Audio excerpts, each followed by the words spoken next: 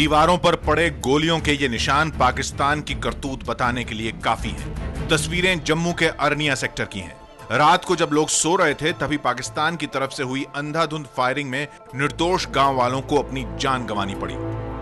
पाकिस्तान की तरफ से दागे गए मोर्टार शेल जो है कुछ रिहायशी इलाकों में गिरे हैं। बिस्तर पर सोए हुए थे कि अचानक रात में एक गोला आया है, पाकिस्तान की तरफ से मोर्टार शेल आया, जिसके बाद वो 4 जिंदगियां एक ही घर से ले गया। पूरे गांव में मातम पसरा हुआ है। राजेश कुमार की आप फोटो देख सकते हैं जो अब इस दुनिया में नहीं है। पाकिस्तान की तरफ से हुई गोलीबारी में वो बीती रात वो मारे गए हैं।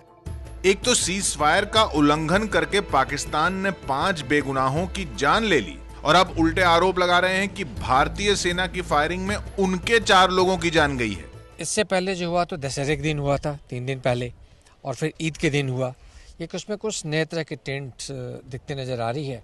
जिस वक्त जम्मू के अरनिया और आरएसपुरा सेक्टर में पाकिस्तान गोलियां बरसा रहा था, उसी वक्त वहां से 200 किलोमीटर दूर अमृतसर के वाघा बॉर्डर पर हमारे बीएसएफ के जवान पाक रेंजर्स को बकरीद की मिठाई बांट रहे थे। हालांकि पाकिस्तान की करतूत देखिए, उसने मिठाई लेने से ही इनकार कर दिया।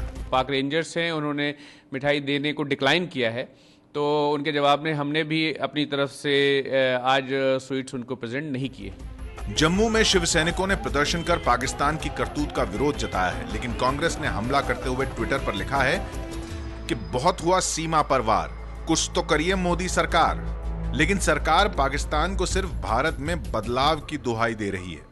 पाकिस्तान को अब सीज फायर वायलेशन बंद करना चाहिए और इस हकीकत को समझना चाहिए कि भारत में अब जमाना बदल चुका है। ऐसे त्योहार के मौके पे करना जिसका उनके समाज से उतना ही ताल्लुक है जितना हमारे समाज से है, मैं समझता हूं इससे और गिरी हुई बात तो हो नहीं सकती। अस्पताल से डिस्चार्ज होने के बाद रक्षा मंत्री ने कहा है कि भारत सक्षम है और जरूरी जवाब दिया जाएगा। हमारे जवान पूर्ण रूप से सक्षम है इस प्रकार के सभी आक्रमणों का जो रिस्पांस या उसका उत्तर देना चाहिए वो देने के लिए। जानकार मानते हैं कि फायरिंग रणनीति के तहत हुई है। एक सोची समझी साजिश का नतीजा है। उसको हमें रिटायर्ड जनरल मुशर्रफ के रीसेंट बयान की पेश मंजर में देखना चाहिए, जिसमें उसने एक किस्म की धमकी दी थी और ये कहा था कि साहब पाकिस्तान की फौज की पेशेंस को टेस्ट नहीं करना चाहिए हिंदुस्तान को। ये कोई पहला मौका नहीं है जब पाकिस्तान ने ऐसी करतूत को अंजाम दिया है। मोदी सरकार के सत्ता में आने के बाद से दर्जनों बार इस तरह की घटनाएं इस इलाके में हो चुकी हैं। भारत कड़ा ऐतराज भी जता चुका है, लेकिन पाकिस्तान अपनी हरकतों से बाज नहीं आ रहा। सवाल यह है कि कब तक बेगुनाहों की जान यूं ही जाती रहेगी।